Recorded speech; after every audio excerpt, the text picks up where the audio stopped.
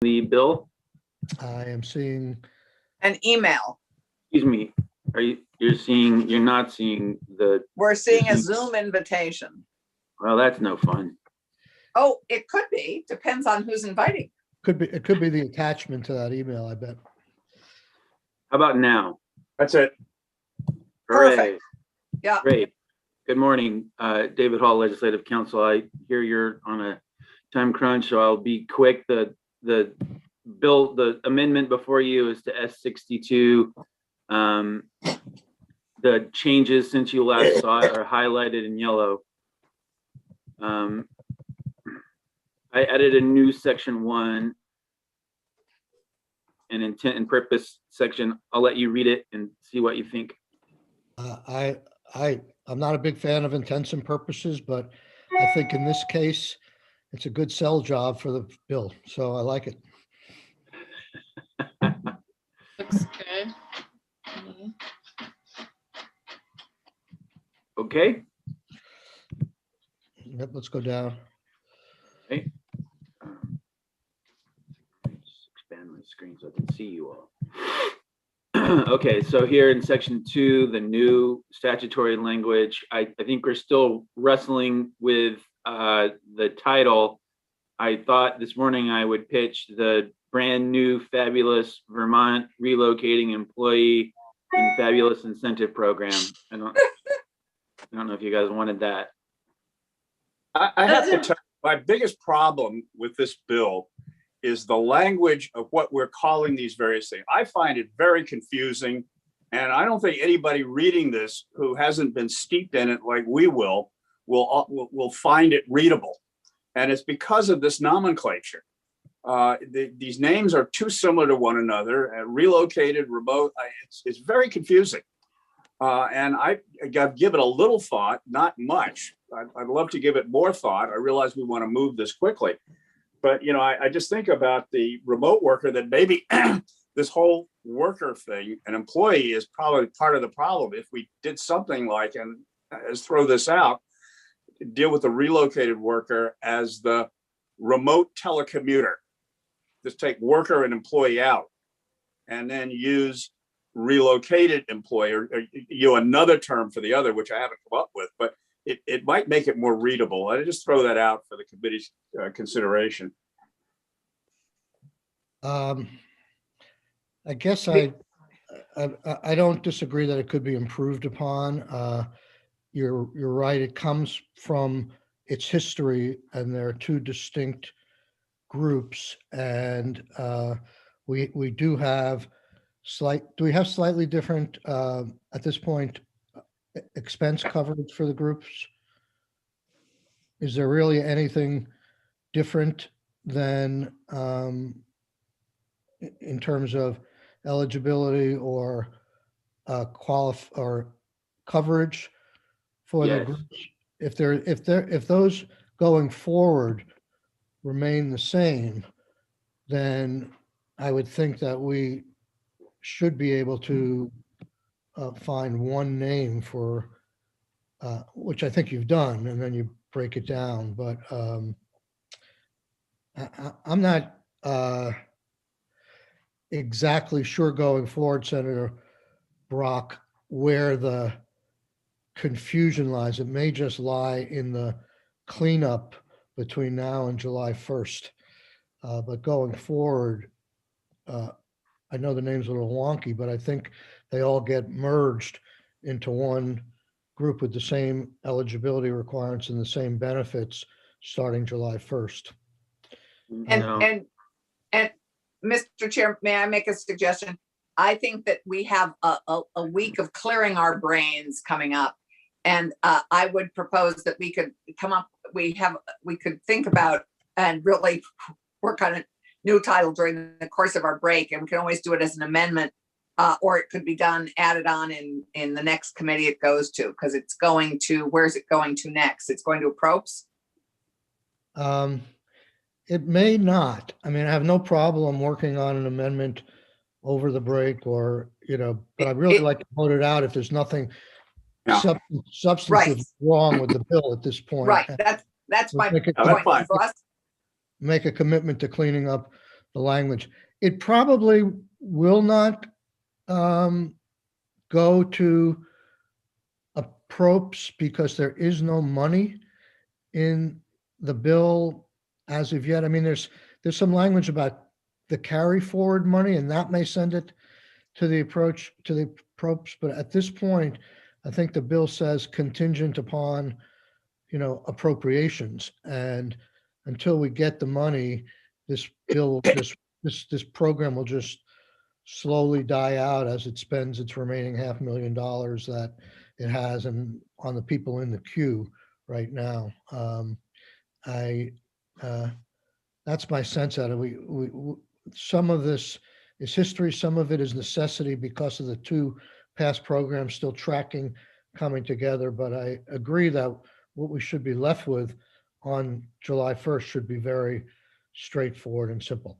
Having said that, I never let David answer the question whether I'm correct that they're really after July 1st, other than the fact that a remote worker essentially works for an out-of-state person and a relocated worker works for an in-state person. There's really no other difference in terms of eligibility or benefits. Is that correct, David? Unfortunately not. I mean, there's still 4 or 5 different ways they're different. And I feel like on the question of expenses right now, they're unified, but that was to me like the last open question from our last meeting. Okay, what are the other things? How are they different from each other? I thought it was an open question how we're appropriating the money. The look back. They're different there. Okay. Right now, there's about, Joan can tell us how many people still have applications pending. I think we left last session with like $500,000 still in the bank from previous years to cover those people under the existing law. That's another thing. We have an existing law that covers people and is paying people. So if we made any changes here to simplify, we still have to take care of treating that $500,000 somewhat different.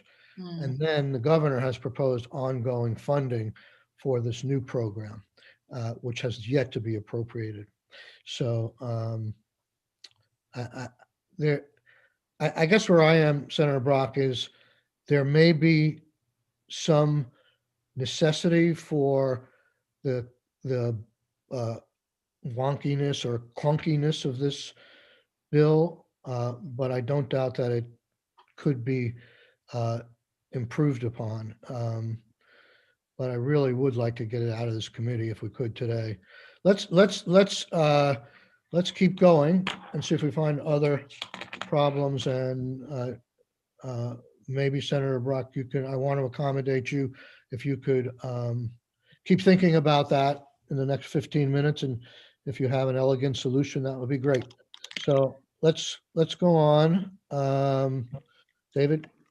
Sure. So there are different definitions and terms for, the 2 different sort of classes of new employee.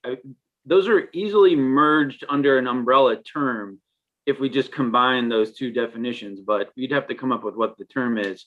And let me point out to you again here in E, that what the differences are. So if you're the relocating, that means, you're not the remote worker bringing a job from away. It means you're becoming a resident, right? You're becoming a full-time employee now at a Vermont location of a business domiciled or authorized to do business in the state. On 4, I've made it explicit that you have to be subject to Vermont income tax. C, you've now got this employer attestation component. So, it used to be for the new relocating employee, you had to come and take a certain kind of job.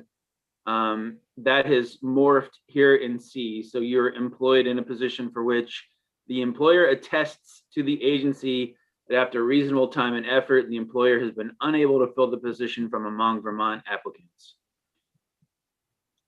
So that's the new, I'm sorry. This person this person works for a Vermont employer and can potentially be in this category and work remotely for that Vermont employer, right? Work from their home. I mean, they could. It says it has to be, at a Vermont location of a Vermont business.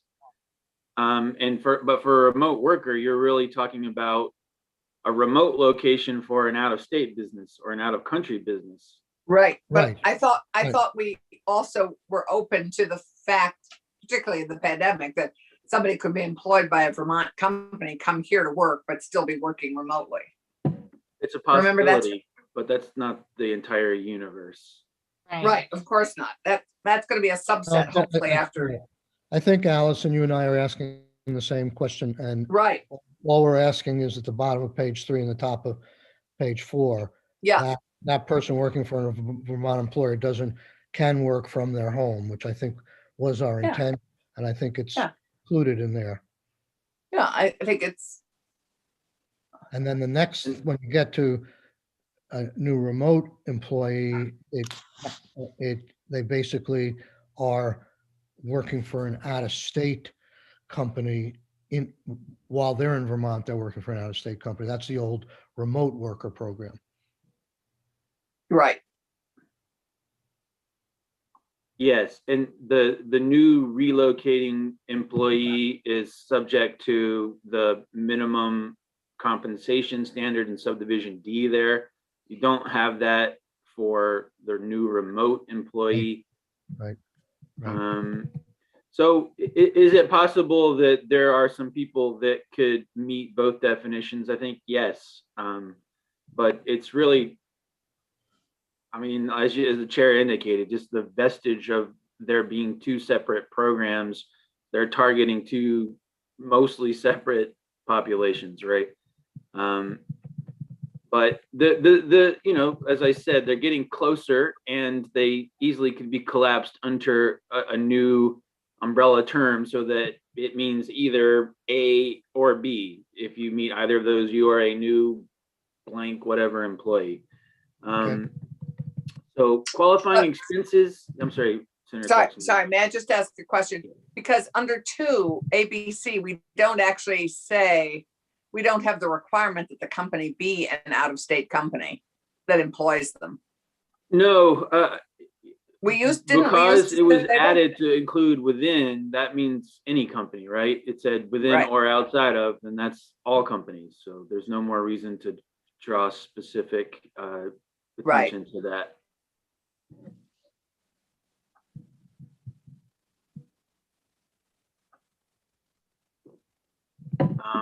On qualifying expenses, I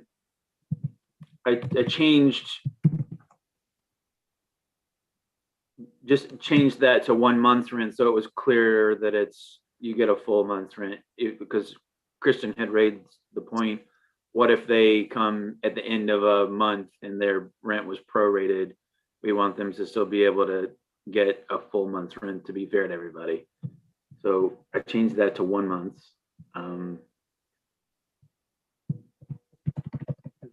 I know this is hard to see that it's all split. I can move it so that it's together. I mean, the question that you were debating last time we were together on this was, should the qualifying expenses be the same for both classes of employees? And I don't know that I heard resolution on that question. Sorry, which question under qualified? Right. So if you remember the way that this originally came out, there were two separate sets of qualifying expenses, Right. but there was a lot of overlap between the two. And the only real difference was they both included some permutation of relocation expenses, and then remote workers also got these two pieces. And the question you've been debating is, should all workers get broadband and possibly co-working membership, or should that be limited to remote employees? Sorry, I've lost you. What page you're on? There's so many. I have moved this Got down to be all on the same page so you could see everything together. I thought we were leaning towards saying B and C should only be for remote workers working for an out-of-state company, that you would presume that an in-state Vermont company would provide these things either at the office or at the person's home if they want them to work remotely. So I mean, I don't know why we would limit it when we're entering a new frontier of work, when a lot of workplaces have not decided if people are going to come back full-time or part-time or be able to make choices. And I think the more we're giving people agency to make choices, particularly if they have childcare needs and they want to try to rebalance their lives, it just seems like we'd keep it flexible for both populations. We just don't know what the future of workplaces will be right now. Absolutely. well, I'm not wedded to that. I thought that was the direction we were coming. If that's what the committee would rather do, it does lead to more simplicity. I'll ask Joan to very quickly comment. Do you have Good to a go. heartburn on either version? She's not here. Oh, okay. Kristen's here. Is Kristen here? Yep, Yes. I'm here. I think we would be in favor of having them the same for Okay. both the remote workers and the new workers, and as Okay. much as possible for the qualifying criteria too.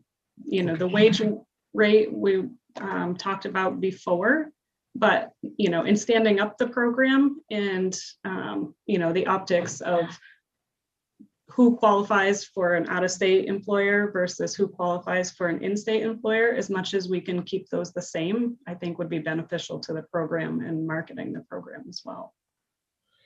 Okay, we'll keep. Well, I that. guess you could say, if you looked at B and C, if you simply put a qualifier, you know, should these costs be necessary based upon the nature of the job or the employer's requirements or the ability to perform the job? Okay, so why don't we I- put, can we put reasonable and necessary costs, and then maybe even then after connectivity, say something like including membership or similar space, and then have reasonable and necessary modify that whole. Yes, I Yeah, can that do makes all sense. that. It had originally said, or one of the programs had originally said costs that were necessary to perform their job. Right. And Joan was usually pretty consistent. She didn't like that because they didn't want to have to be in the position of deciding what was necessary. But I hear you. As it relates to B and C, it seems like a logical place to say it's both reasonable and necessary given your position, given your employment position. If you need these things, they qualify. Or, well, you could always say something to the effect that if the employer certifies that these costs are reasonable and necessary for the job. Yeah, we're going to get into this a little bit also on the second home issue. You know, Exactly. I'm viewing this more as a self-certification kind of thing that I'm not expecting a full-blown audit on every application to, you know, defend what, and then have to go back to the employer. So I'm a little concerned about that. We're now adding, we have agreed to add the check on by the employer that they couldn't find anybody else. Now we're gonna have the employer start certifying every one of the expenses that the employee gets. I also can see some tension there happening between the employer and employee. You know, why aren't you paying for this? Why do I have to go here? You know, or, you know, sending them there when they were gonna, I don't mind reasonable and necessary. I guess I have some problem that we need a special certification from the employer. I guess, right, yeah, but I just want to make sure we're talking about either way. I mean, like, even if you're working for a company out of state, they should pay for your remote working too. You know what I mean? It just, I wouldn't see the difference between a Vermont employer or an out of state employer in terms of that pension. Yeah, we're not talking about that here. Okay. I mean, Okay. I think we're headed in the direction of making them comparable. I'm just talking about the Mhm. specific wording of this section right now. Okay, let's go on. I've just rewritten B. Does that look like what you want? Satisfies me. It's better, I think, and it's shorter.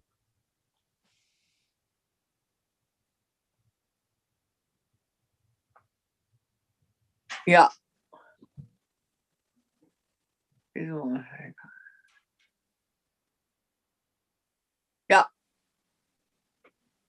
Okay, let's go on. Sure. So the on qualifying new employee, I mean, this is a little bit a tool to be able to refer to both classes as, you know, with one term. So that's sort of why we started with the definition. But, you know, now we've also added this new piece about residency, and I'm still trying to make sure I want to capture what you want. Okay, It occurred to me as, I'm sorry, I'm going to just let you read it. This is number 4 we're reading. Yes, for qualifying new employee. So I wrote Joan last night saying, I thought that we probably would, the simplest thing was just to deal with the, that they didn't own a residence for 3 years. She wrote back something to the effect, how do I check that?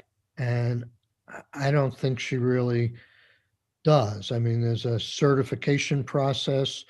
There's, you know, self-certification, honesty, fear of getting caught. I think if there's a box to be checked that says, I have not owned a resident in Vermont in the 3 years prior to this, that's sort of the end of the story. Obviously, if it comes to her attention that it has, but I think that's all the department would be required to do. I just would raise the question, I've always been troubled by this paragraph as to why it's necessary at all.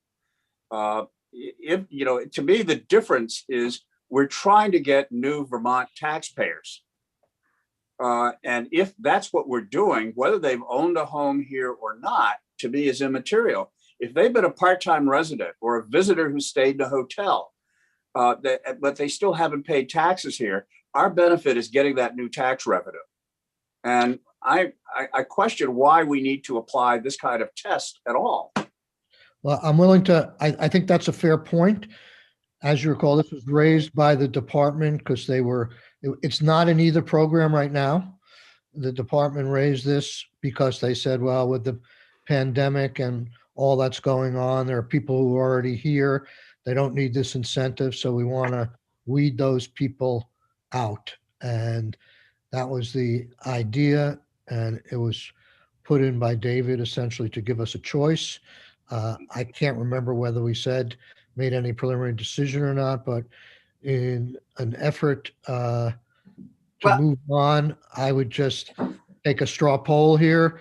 Who wants this in and who wants it out? May I just add one thing before we do the straw poll? Yep. I mean, having a home here already indicates you're in a financial, I mean, you're right. We would add income taxes. They're already paying property taxes here.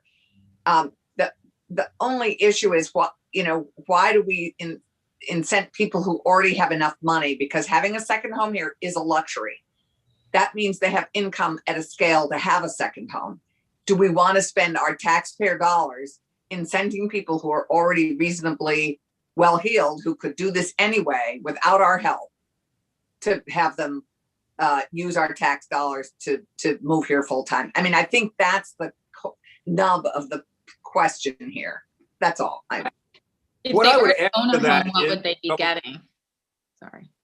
Excuse me, who was speaking? Senator Rahm. I was just like, I'm looking at the list of costs that they could put in for. And if they own a home, they can't get closing costs. They can't get moving costs. Like, what would they get? I think we narrowed the qualifying expenses, so they can't really access any, they don't have any expenses. It would probably be a bad example is, they want to take move to Vermont and live in Burlington, but they have a second home in Stowe that would leave them a ski home that would make them eligible for this program under this thing. But if this wasn't in here, they could keep their second home at Stowe and ski there and get all this help for moving into a home in Burlington. So they could. To me, the issue is one of profit and loss. Why are we doing this? Well, we're doing it not to be nice people. We're doing it to get Vermont taxpayers. We're getting to make a profit for the state. And the more affluent the person is, the higher income there is, the more benefit there is to the state. It's not that we want to chase people away who are wealthy. We want to encourage people who are wealthy.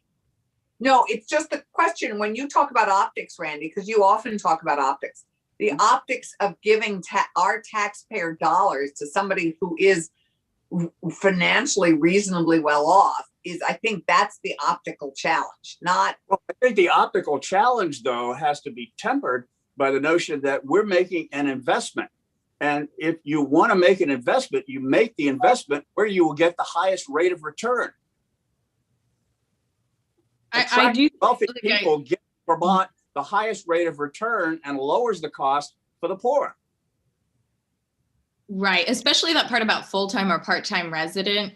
The people who are going to get scared to check the box and be dishonest are probably people who've been like bouncing around and renting and trying to figure out like how to live in Vermont. And then they're like, well, shoot, I don't qualify and I don't want to get in trouble. Like someone who owns a second home in Stowe is like, great, I'll figure this out, But I think we might be hurting some really honest people who are just like, I'm not sure if that's me or not, because I've been trying to figure out a way to live in Vermont. Yeah, well, what we're trying to do is we're trying to incent people to change their tax residence to Vermont. That's what we're trying to do. Right. And we're trying to get people who will come here and who will pay more taxes, spend more money as a consumer, and do things that will add to our value. That's the return on investment to this program. And to me, it's the second home owner is at the top of the list of people to that we want to move here, not at the bottom. I agree with that, but I come to a different conclusion. I think the fact that they have a second home here, that this $5,000 is not going to make the difference whether they choose Vermont or some other place to work remotely in. They're in Vermont. They love Vermont. They're trying to reestablish their career. They're here already. This is not going to be, I don't want to use the word but this is not going to, and the program is limited in its dollars, and we want to get as many people as possible. I think we already got that person pretty much, but this is, I wish Joan was here because this is the thing that they've been pushing for. I think it is they've seen some of these folks, and I'd like to hear them articulate. Kristen's here. Kristen's here. Okay, I don't see Kristen. Kristen, aren't you here? I'm here. This came to us before you go. Just for Senator Rahm's case, I had suggested to David that we not focus on full-time or part-time, but use just owner residence as the catch. Okay, so brackets mean like we haven't decided what part of dealing with. Right, exactly. Because a part-time resident in the last 3 years, like that's probably someone trying to move to Vermont and they're just like figuring it out. So. Right. Yeah, okay. So Kristen, you brought this to us. What was your reasoning for it? So the issue that we had is that on some applications, and it wasn't a high quantity of applications, but there were some where people were applying and they were submitting for computer equipment. basically setting up a home office, but they didn't have relocation expenses. And, when we dug a little deeper, it appears that, these were likely part-year residents who were shifting towards being a full-year resident. Um, I'm torn. The primary goal of this bill is to get it in the green books. We've had a lot of these decisions made on the remote worker and the relocated worker, and for the most part, we haven't changed it. It's led to some clunkiness, obviously, and there's no reason why we shouldn't try to improve it. But my main goal is make sure that the existing programs get in place. They're not bad, they're not terrible as is, but I don't know. We could take a straw poll on this one and move on. So why don't we do that? I'm in favor of leaving it in as not owned to residents for 3 years. Senator Brock, I'm opposed. Senator Clarkson, I would support the chair on this one. Senator Rahm. So I'm reading it.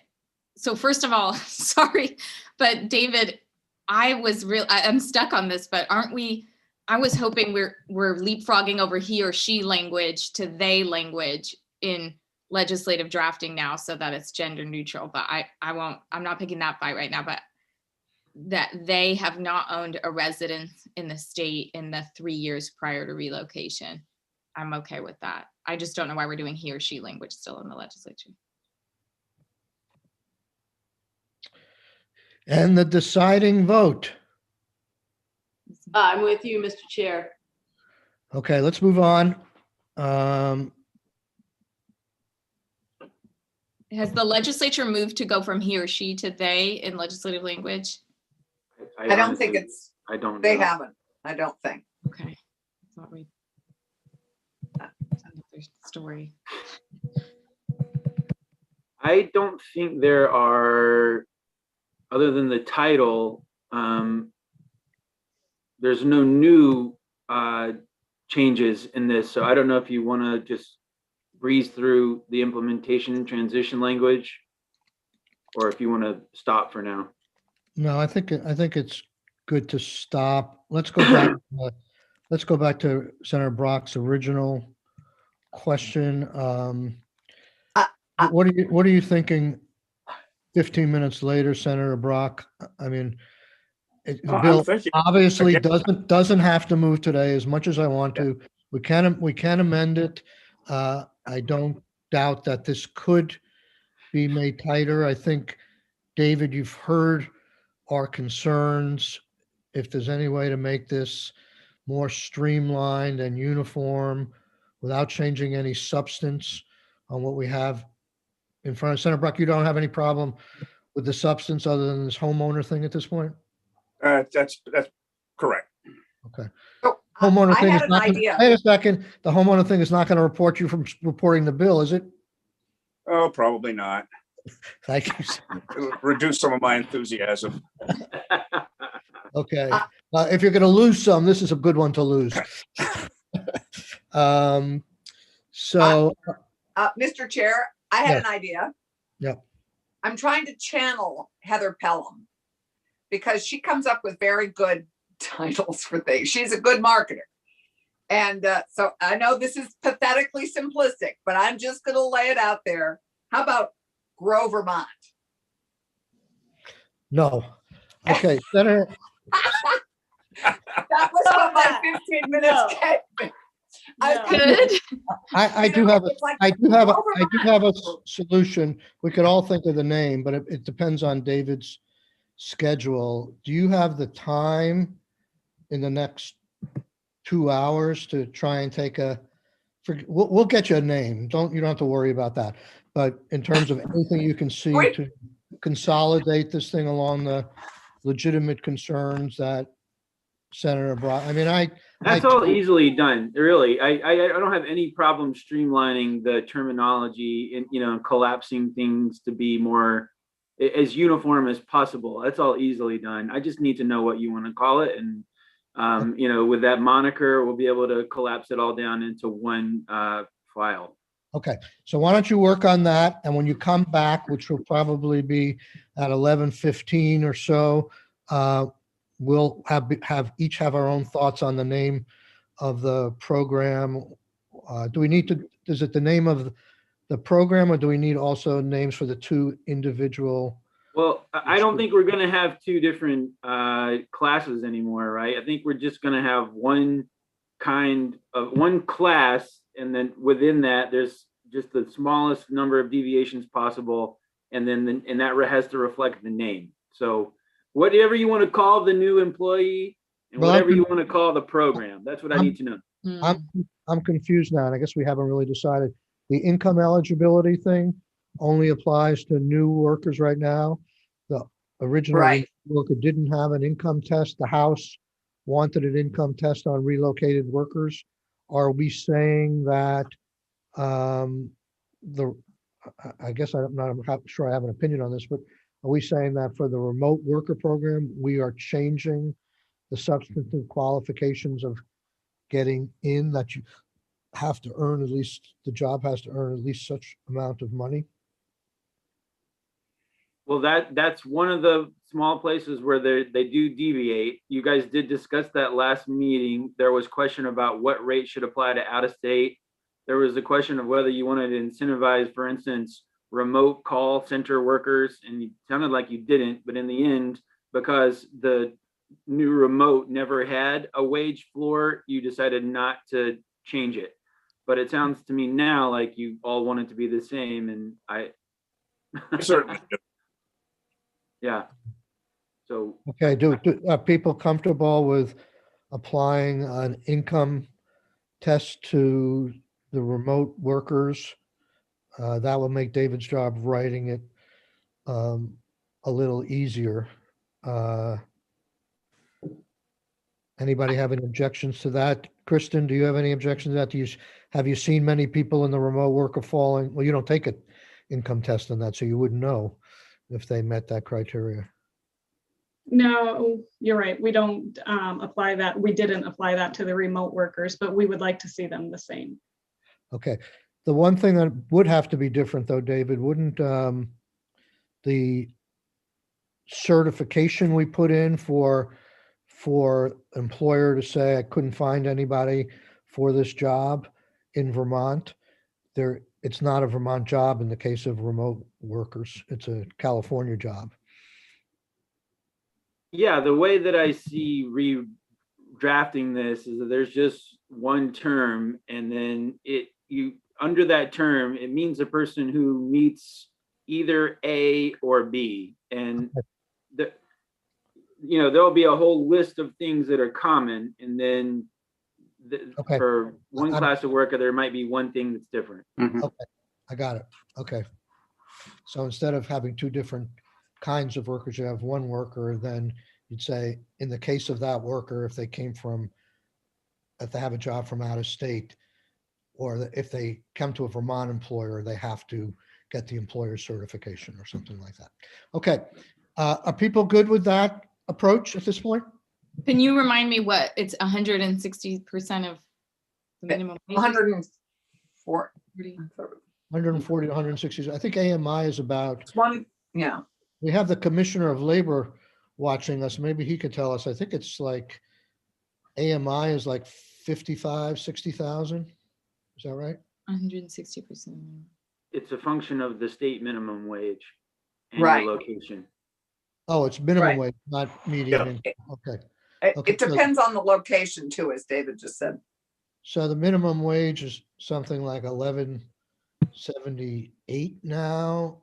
And if you multiply that by 160%, that would be the hourly wage in a Chittenden County job. 1.4 times that would be the wage threshold outside of Chittenden County and a couple of other areas. Does that help you, Senator Ram? Yeah, I couldn't remember where the 160 and the 140 were.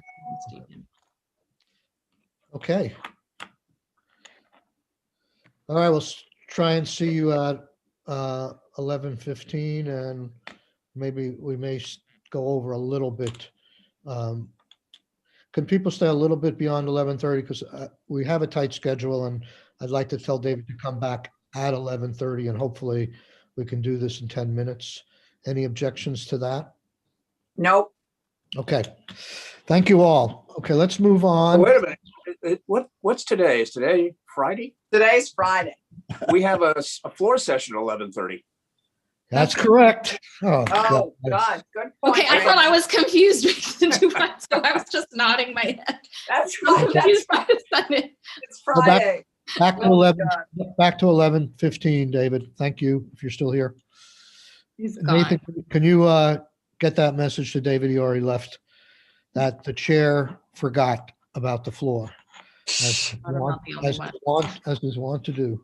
Okay, Well, it's okay, we. okay. So now the easy one, unemployment insurance. Who do we have? We have the commissioner, the director, our legislative council. That's where we are. Okay, let me frame this and tell you my thinking, subject to committee discussion. As we well know, we sort of have two issues, each have their own sub-issues.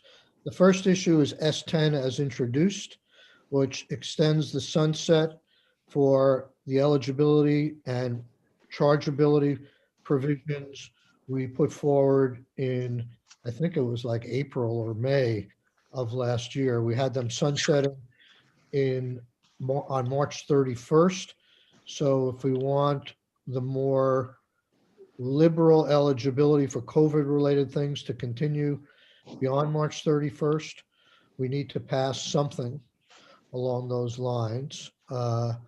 And going with that is the non-chargeability for employers of those employees who voluntarily quit for reasons related to COVID-19.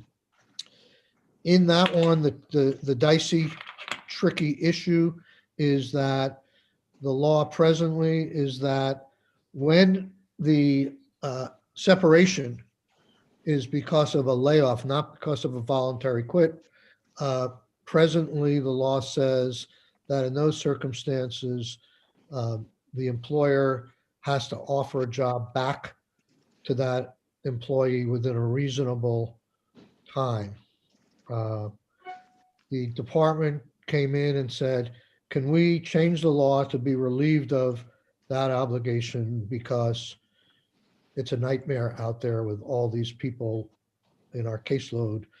It depends. 180,000 is the highest number I've heard, but it depends, I guess, on the program you're looking at. We came back, some of us said, well, that sounds reasonable, but we would like to see, because you can deal with this administratively for the layoffs for calendar year 2021, why don't you extend that rehookup between employer and employee for 2021 for the whole universe, not just the layoff universe. That includes the quits. So people who may have quit this month for COVID or whatever, that when they're ready to go back to work, they too should be offered a job. It's not a mandate to be offered it, but if the employer doesn't make that offer, then they can't be relieved of chargeability. We heard some pushback from the department, and I thought we tried to be accommodating by saying, well, let's have it be a good cause. For good cause, the employer didn't make sense or couldn't offer that job back, then they didn't have to do that. And that would narrow the universe perhaps significantly. On top of that, when we tried to get into the weeds of how to help define good cause, we said, let's just leave that to the department to come back with procedures a couple of months from now after they put their heads together and figure it out, something that's manageable. Since then, I don't know if it was shared with you, but pretty much the department has said, no, we want to do it our way and we want to change the law for 2020, but we don't want to change the law for 2021. So I'll stop there on that. The second issue is probably many, many multiple times bigger and important, but it's actually a lot simpler to explain. That is that the department last year came in with a mini freeze suggestion. We put that off. They wanted to change rate classes to only go 2 steps. And we said, well, let's see where we are next year. They came back this year and they doubled down on that, saying, we want to not just go 2 classes, we want to go 4 classes for freeze. And then subsequent to that, we don't want 2 classes. Plus, we also want to freeze the taxable wage base. It's a huge amount of money that the trust fund will be relieved of, at least of, or get less, at least in the immediate years. Several of us have come back with ideas. Well, in light of the grand bargain and all of this stuff, if we're doing a mini change right now to the whole trust fund solvency and how you figure out taxes and benefits and stuff like that, let's do some sort of equitable help for workers. And what has been suggested thus far has been a 20% increase in benefits, a dependency benefit. And I just got something this morning. It's not necessarily the trust fund, and it's not that big, but the idea has been percolating around to make unemployment benefits non-taxable. It's much smaller than the other ideas, and it doesn't really impact the trust fund, but it impacts other committees and impacts a larger discussion, sort of like military pay and other things. So that's sort of where, in a nutshell, I was hoping that at least on the first issue, I could get a show of hands of how people are feeling. The other issues, there's going to be a lot, I assume, at least given my experience, there will be a lot of communication around this stuff over the break, and maybe it will gel to a point. One of the things I said, we also got a letter from the department saying absolutely not, no benefit increases for workers. But we do want the $150 million for employer relief now. So we don't, I'd love to have a come by moment where everybody could agree, because I think if we could agree with this now, we could go the full length and we could be done with this issue. And I'm guessing the House might even go along, but we're not there yet. We're far from it. And so if, neither of these bills are must-pass bills, but obviously there's potential for win-win here. It could be lose-lose. What I don't want to see is win-lose. So I'll leave it there as we're going to go in the next, we don't have much time, 15 minutes. And I'd like to, without getting into too much detail, I would like Damien to add or correct anything I've said at this point, and then I'm going to turn it over to the commissioner to give their, position on both the rehiring and any additional help for workers.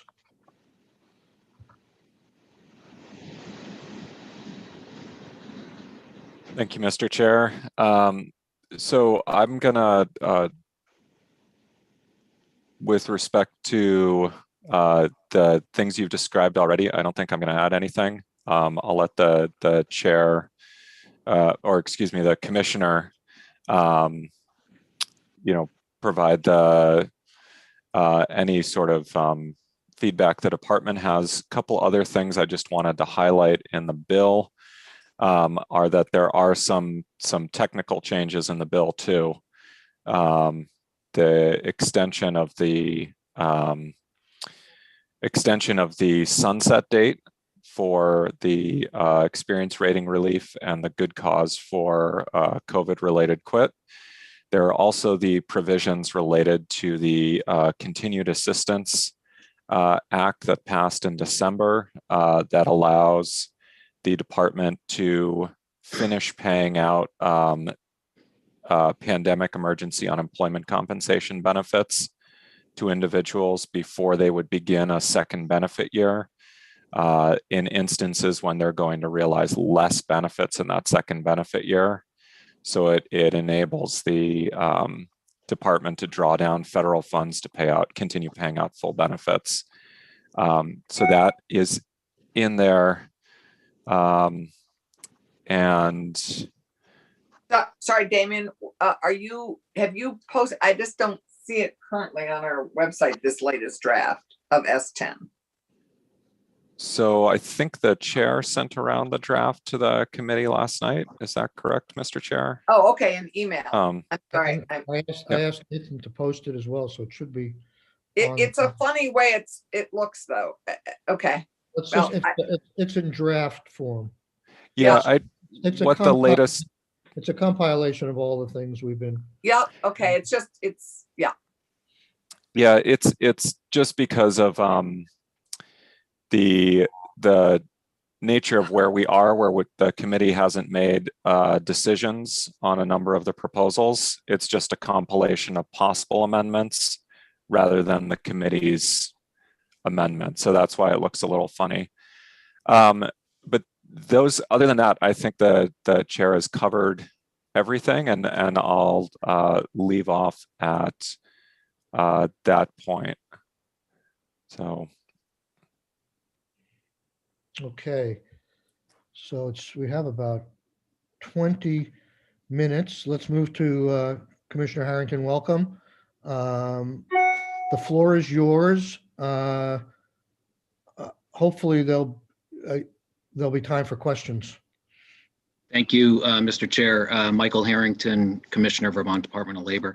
Do want to respond to a couple pieces. The concern we have with the department regarding the rehire provision for voluntary quits.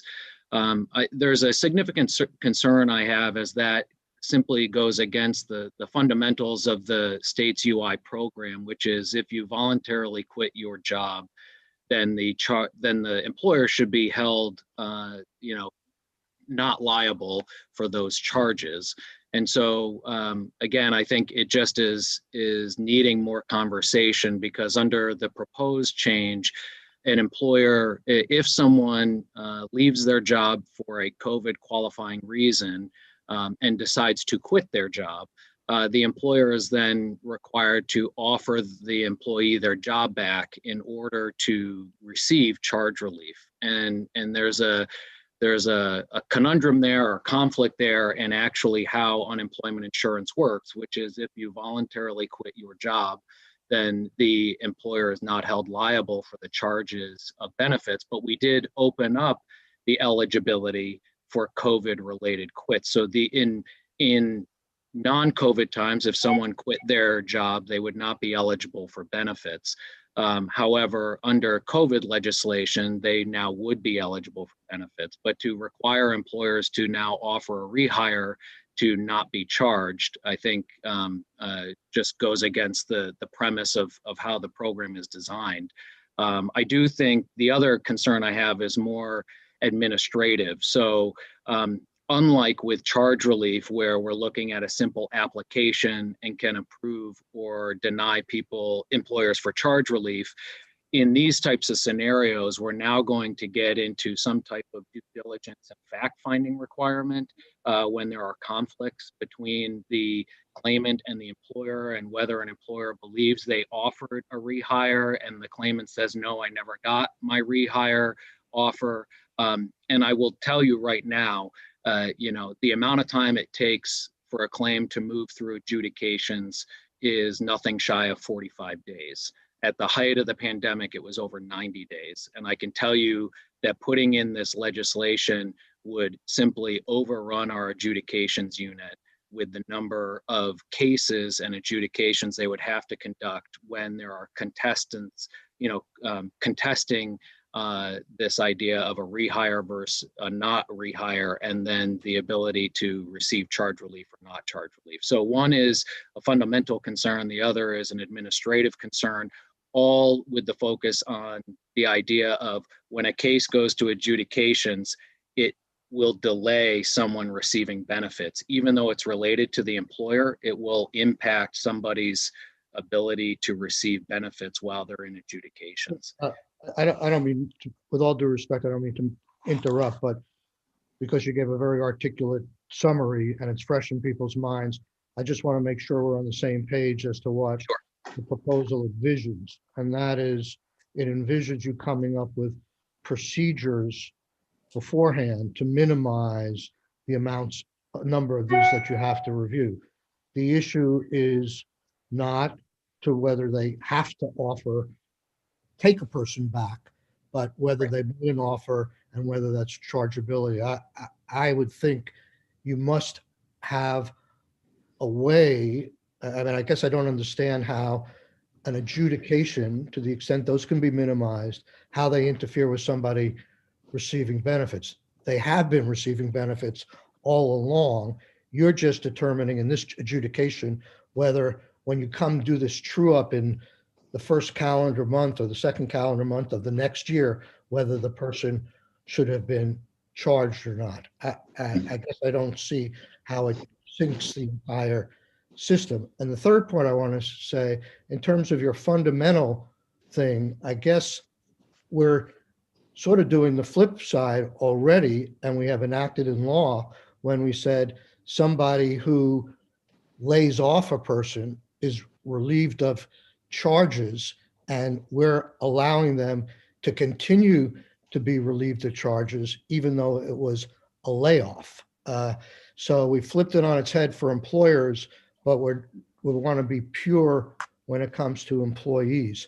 So that's why it came up. I'm certainly not blind to the fact that this is a departure from tradition, but we have a law in place now that says you have to go and check the reoffering for all the people in 2021 who are subject to a mass layoff.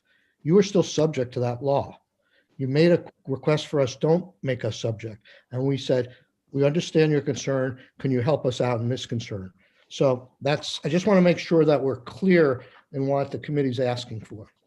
Yep, I understood. And again, I think I'll just reiterate, there are significant concerns on my end and from the administration that we could potentially be charging an employer because an individual decided to leave employment, not at the employer's request. So again, an employer could be held liable for unemployment insurance charges because the claimant decided to voluntarily leave their employment situation. So, but you don't have the same concern that you maybe. So one is right, because one is relieving an employer of charges where they did a layoff. Correct. I have less concern when we're talking about relieving someone as opposed to imposing a penalty.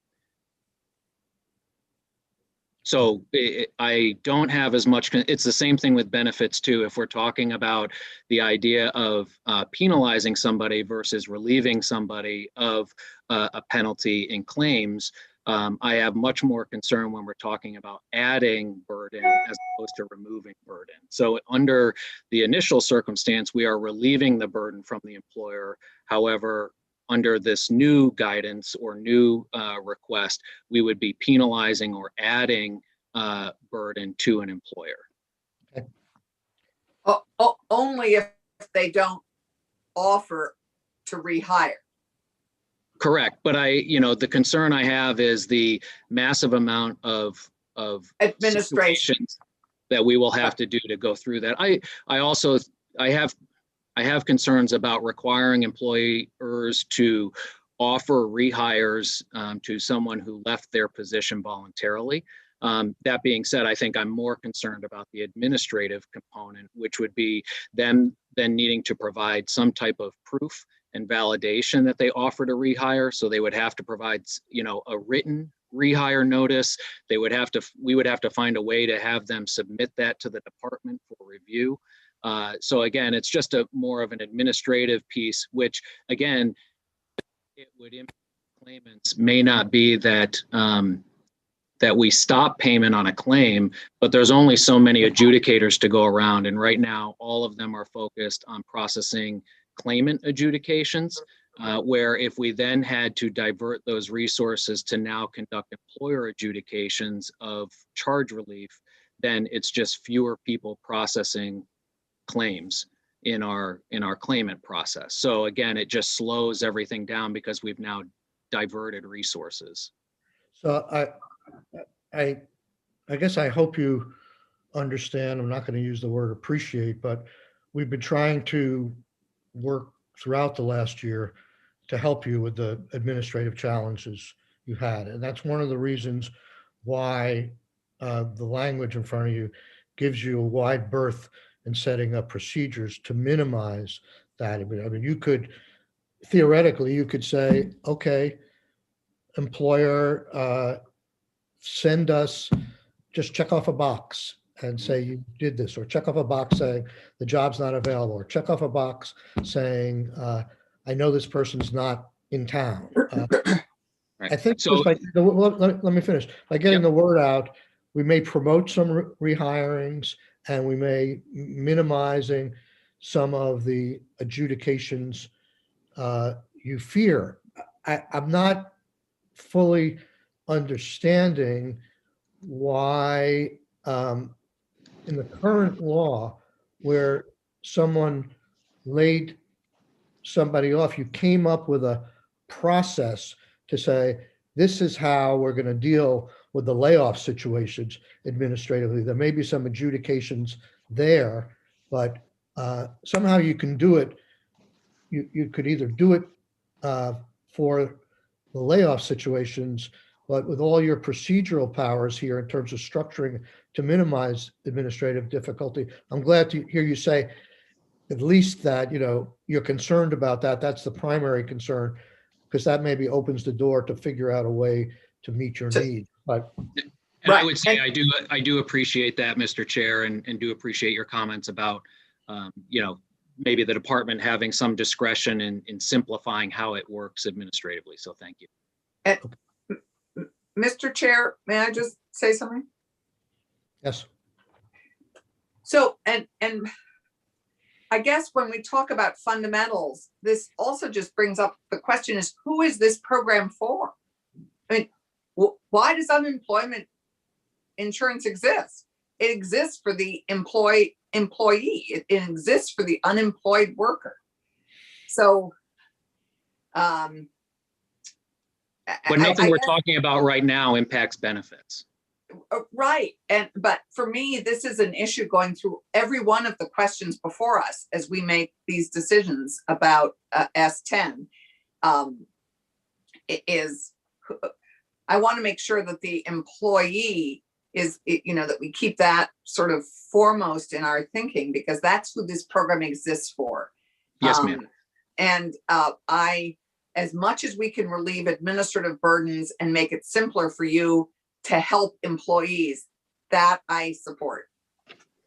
And I do appreciate that. So just in the sake of time, let me just comment on a couple others. And I do want to bring a sense of urgency to one of the ones that Damien mentioned, but the increase in benefits. I just want to go on record that we're not opposed to the conversation. I think it just requires more conversation. I'm extremely concerned about the stability of the UI mainframe. And when we start talking about changing benefits, we've already started conversations here, just so you know, based on the recent conversations of this committee, to talk about the feasibility of changes to benefits and what that looks like. I think what I would propose is, if there is a way to continue the claimant benefit increase conversation beyond S10, and maybe in another capacity, there's much longer of a runway to have that conversation than some of the things that are absolutely critical in S10, which have a hard deadline. One is the charge relief. The other is the other piece I wanted to just bring up to all of you that Damien mentioned, which is the pandemic emergency unemployment compensation. And I may just call on Cameron here, but the idea in the federal guidance we received, and this is why it is so urgent, is that there is a large number of Vermonters whose benefit year will end in the next 2 weeks. And that is because they all came on to unemployment at the same time. And under the federal guidance, states have been instructed if they want to take advantage of this benefit, and I'll talk about that in a second, they have to pass state legislation that supports it. And the benefit is they are allowing us to in circumstances where we recalculate a benefit year for a claimant. And remember that most of these people were unemployed during 2020. So when we recalculate their benefit year, a majority of their wages used to calculate that new benefit year are going to be based on 2020 wages. So these people are going to be significantly impacted by the loss of wages in 2020. And it's likely that their weekly benefit amount will plummet to a excruciatingly low amount.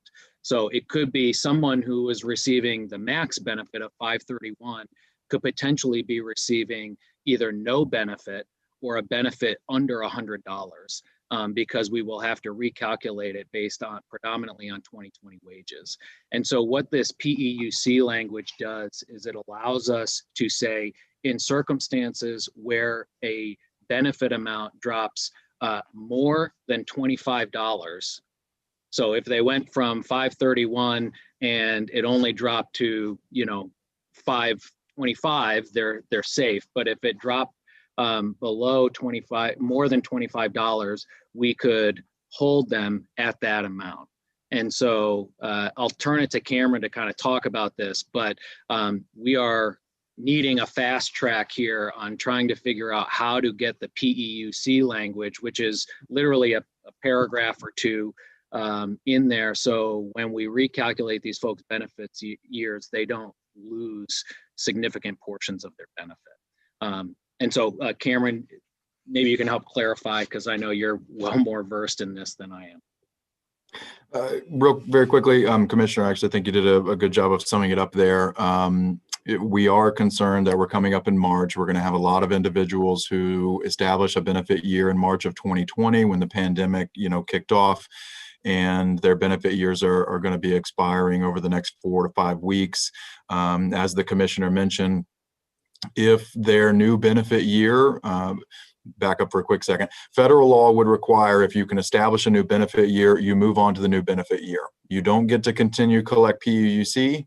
You go to your new benefit year, regardless of what your new weekly benefit amount would be. Whether it's a decrease, an increase, it doesn't matter.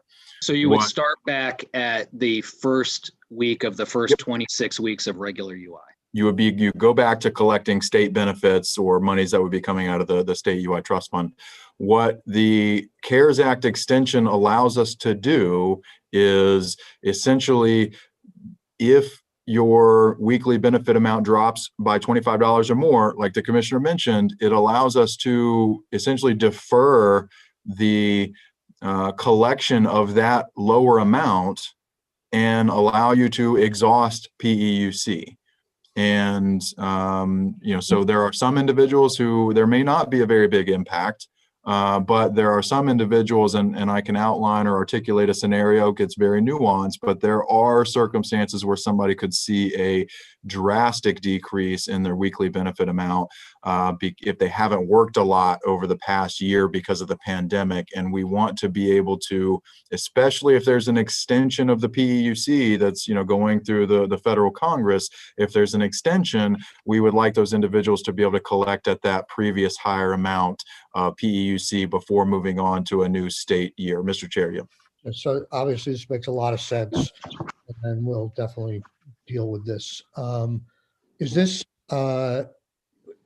also the increase that the people or the maintenance that the people will get? Is that all federal dollars? And is there also an opportunity if the feds didn't well, I guess to answer the first question, is the way it's structured and the way you want dollar for dollar, that bump would be all federal dollars? If we have this language in place and we're able to allow them to exhaust their PEUC benefits, those would be federal dollars, yes, sir. And it also allows us to kind of shift their new benefit year out, so it actually will hopefully extend their potential overall eligibility out further as well. So if we did nothing, they would suffer this precipitous loss. It's not like the trust fund would have to come in and fill the gap. It's not that the trust fund will be necessarily harmed in any way. I mean, if somebody moves on to a new state benefit year, those are state dollars, and we will have to pay for those, whether we pay for them beginning in March or whether we're able to defer those amounts. You know, hopefully, if we defer the new benefit year, which would come from state dollars, and we let them exhaust PEUC, the hope is when we get into the summer, vaccines continue to roll out, they're able to go back to work. And then hopefully our trust fund is, relieved of potential charges or potential benefits. But the main concern is the impact it would have to the actual claimants if they have a drastic decrease in their WBA. Okay, thank you.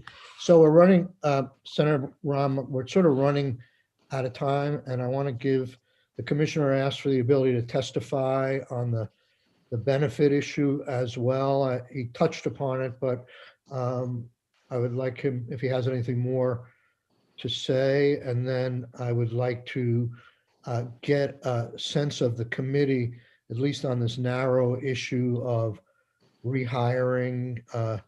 And I guess I would just, so you think ahead, I'm just going to ask you, one question I should ask, are you guys working next week?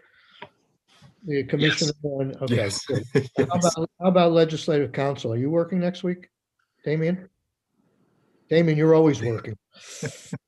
No, I think they're not working. No, I'm working Thursday and Friday next week for a part day, but I am taking some time off at the beginning of the week. Okay. So- All right. So what I'm going to ask the committee to give me some direction on is that I'll make it as soft as possible. Do you want me to continue do you want to continue to look into this rehiring situation? I mean, we can just let the whole issue drop on both sides. We can do what the commissioner wants to do on his side, and or we can continue to see if we can reach some sort of agreement with the department, in terms of administrative feasibility. So actually, why don't I draw that question right now? Do people, I mean, it's not my ideal way to spend my vacation either, but to continue to work with the department on trying to come up with a solution on the rehiring. I find it very important. I find it Yes. fair. It has to deal with the whole 73% thing as well.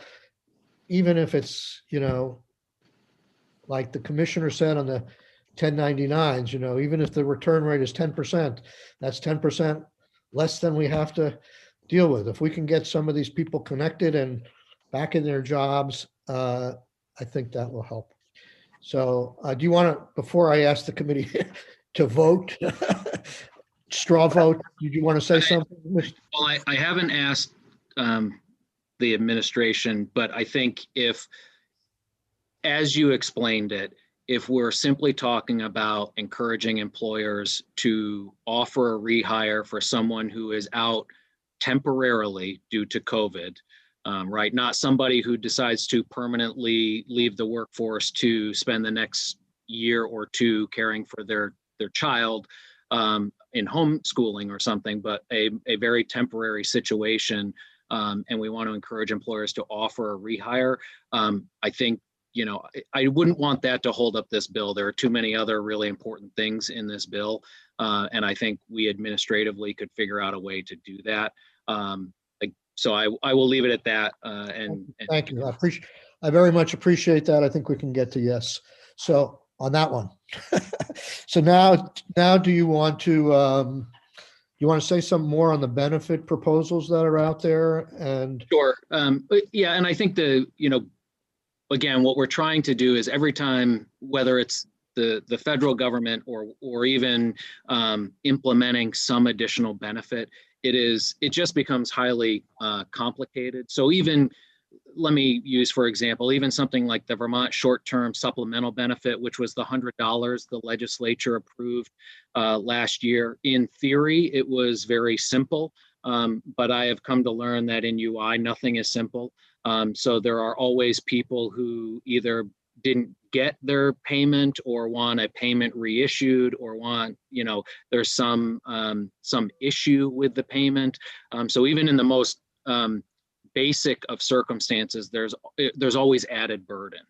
Certainly, I've talked about the burden around, like a 20% increase and what that would mean within the mainframe. But I do know, Mr. Mickenberg the other day mentioned, the comment about why if we can do these other programs, why couldn't we do these? And I think that has just played out over the past year in issue after issue after issue with trying to administer benefits outside of the system.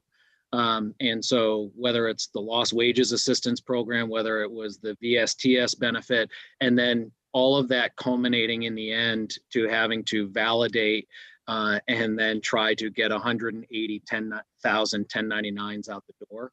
That again, anytime we try to interject into the system, it creates a scenario and possibility for added delays for claims processing. So I want to say, if there's a way that we could even just continue this conversation outside of S10, because it may just need more conversation and deliberation between us on how this would work and how to do it without negatively impacting the mainframe or negatively impacting claimants who are already in the system. Because I think the ultimate goal, and we're not opposed to the ultimate goal, which is getting support to people in need. But I'm very concerned about the stability of the system. I do have a question for you, Mr. Chair. When you talked about an increase in benefits, are you thinking about, this will help us gauge the scope and complexity. Are you thinking about just individuals receiving regular 26 weeks of unemployment insurance? Are you thinking about also people who are receiving the federal extended benefits, PEUC, or are you also including people in PUA on that as well? So the broader of that, the more complex it becomes. Right. Very fair question. I don't have an answer off the top of my head. It could be any of those scenarios, but I do, again, in the effort of trying to make sure we're on the same page here, it sounds, and you wrote a letter to this effect as well, that the primary concern was the mainframe and administration. And my approach to this is, I think we've all learned through this process that maybe we overshot the moon in 2010, and there probably needs to be a blue ribbon commission or some sort of study on a readjustment of those charts and benefits and everything, given the fact that everything I've seen shows us in the $1 billion range. Even with all the extra benefits, with all the charge relief, maybe we can do more. So my feeling is that the approach of charge relief for employers is not part of that overall big fix. It's an immediate fix. And in the confines of that immediate fix, I also want to do something to help people who have been laid off. So having said that, I think we did have this conversation before. At least the 20% suggestion, if it takes the form of a numerical amount, that's something you do every year, annually. And I guess I would like an answer back. And you can look at the proposal that's online. There's a couple of changes that determine the divisor that we change in statute to adjust whether you get 57% of your average wage or 60%. and then there's the maximum, which we change every year. If we translated those to an exact number, you've got to make, at least on the maximum, you got to make that change anyhow. What's the difference if it's $20 higher than what you otherwise would put in? I can't see that as a mainframe issue. Yeah, let me, and Cameron can talk about the equation better than I can. The other question I would have, Mr. Chair, is, and I'm going to ask it as an either or, and maybe it's an and, but is the concern more about people at the high end of the benefit spectrum or the low end of the benefit spectrum? It's actually both. Okay, all right. I think you could correct me if I'm wrong. I remember tables were sort of in the middle on the max. I think we may be on the higher end on the wage replacement for everybody else. Yeah, we're not at the top, but we're above middle. Yeah. Right.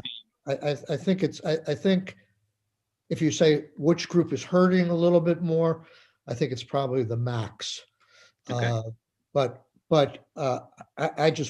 think it's, unless I'm missing something,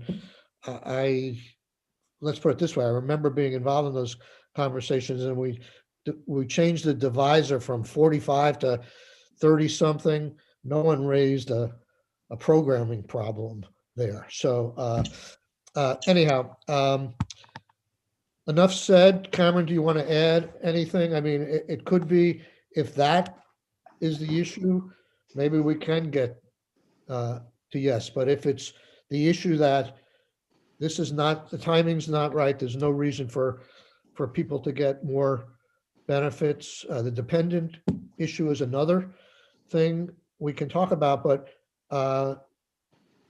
I guess from my perspective, I think you know my perspective, it's not, my decision is not going to be based upon whether we get dumped a lot of money from the feds in 3 weeks. I'm going to have the same position on this. And it's a question of, in my mind, of fairness and the same kind of, let's be honest, we're very lucky. We're getting a lot of help from the federal government in every respect, whether it's PPP loans or state dollars. I think we're probably the most generous state in the country in what we have given in terms of economic recovery grants right now.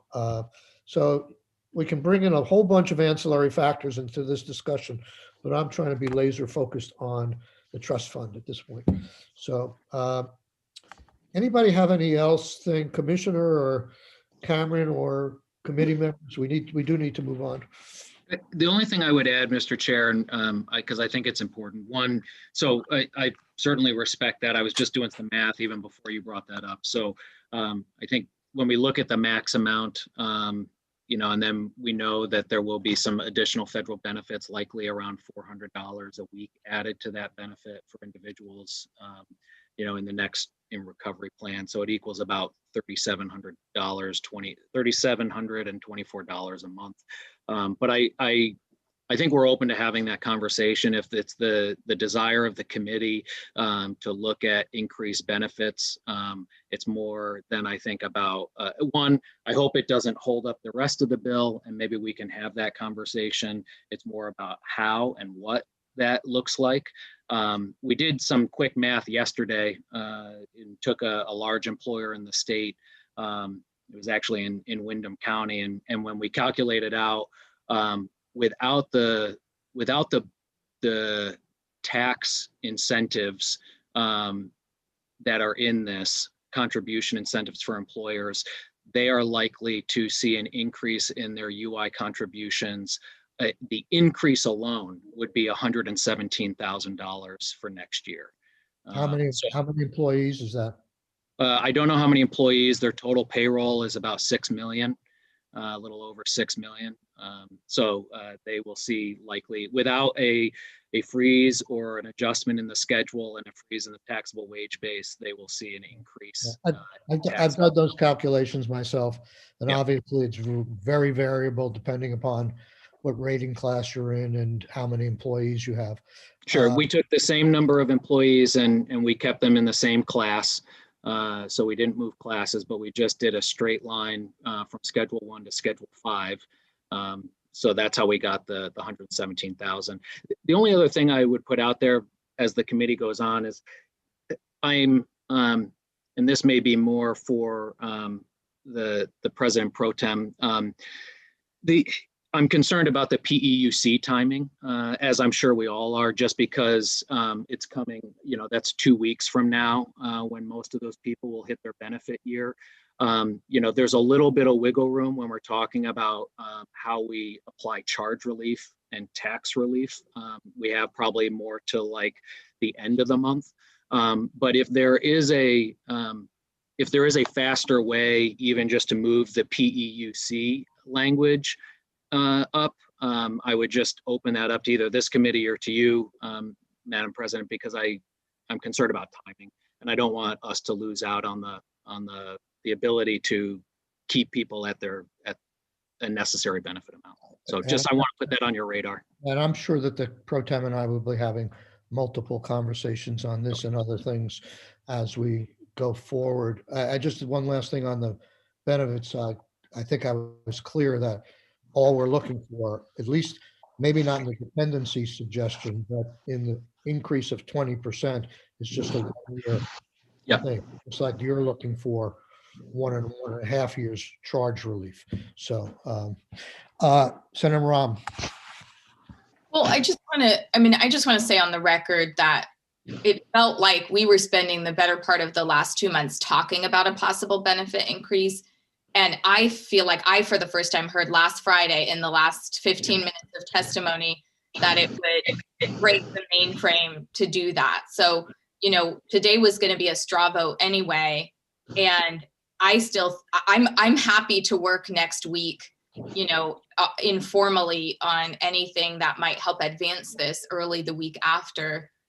I would go down and take a look at the mainframe and what you're talking about, or if you could share your screen. I mean, what I'm having trouble understanding is it sounds like if we breathe on this system, it could cause significant delays or fall apart. And I think that's an issue that we should be addressing urgently, rather than just saying we can't increase benefits or help unemployed people because our system is so ancient. So it just felt like that concern all of a sudden became the center stage last Friday, without us being able to have the time for the last 2 months to have that discussion. And that may be our fault in the sense that with this committee, we've been talking about the concern about the mainframe even till last session. Some of that is historical knowledge. I will tell you that a week does not go by where there isn't a critical failure of the mainframe that requires extra tender love and care to bring it back online. This week, the mainframe failed to run payment jobs one night, and our IT team was called at 1 o'clock in the morning and began working on it. So again, a week does not go by where there isn't some fix required just to make sure that the current system is pumping out payments on a regular basis. So we're gonna wrap up. I do want to say, Senator Rahm, I accept your offer to work next week. We'll be in touch. And I do want to say, I think we're all, Mr. Chair, I think we're, there is a bill moving through the process that probably will be voted on the week we get back, that this committee might make a suggestion to put your amendment on. And I was just one last thing I was unclear about. Several times someone said 1 or 2 weeks, and then when Cameron was saying it was more like 4 to 5 weeks where we would have to have that authority without hurting people. Which one is it? No, Mr. Chair, I apologize. That was probably just a misstatement on my part. We're going to have individuals exhausting over the next 4 to 5 weeks that would be able to benefit from this provision, but they will start exhausting as early as 2 weeks from now. So having that PUC language as quickly as possible to benefit those individuals starting in a week or two from now is what's critical. Just so folks know, we did the calculation. In the next 6 weeks, 10,000 people will be impacted by their benefit year ending. Yep. Okay. And will could anything's possible. But does this discussion in any way implicate the new Biden stimulus program, or this is based upon the December 27th law? It's based on the CARES Act extension from December 27th. I think it will carry over into the new Biden administration, because it simply is, all they're asking are for states to codify this in language to support more benefits for folks. So I don't think there would be a change. Okay. Yeah, Thanks, everybody. Thanks, Damien. Talk to you Thursday. Talk to you this weekend, Keisha. And Mr. Chair, I think we never got a chance to do that straw poll about who was willing to work. I think we're all willing to get to yes. I mean, I think we're all willing to work on getting to yes. Yeah, the reason I didn't do it because it sounded like the commissioner was almost going to vote yes. So, yeah. Okay, let's let me look at the calendar. We take a break now, or should we move on? Yeah, well, okay, let's take a 5-minute break. We're picking up on 230-79. Is that correct? Yep, we're moving to S79 at 10:10.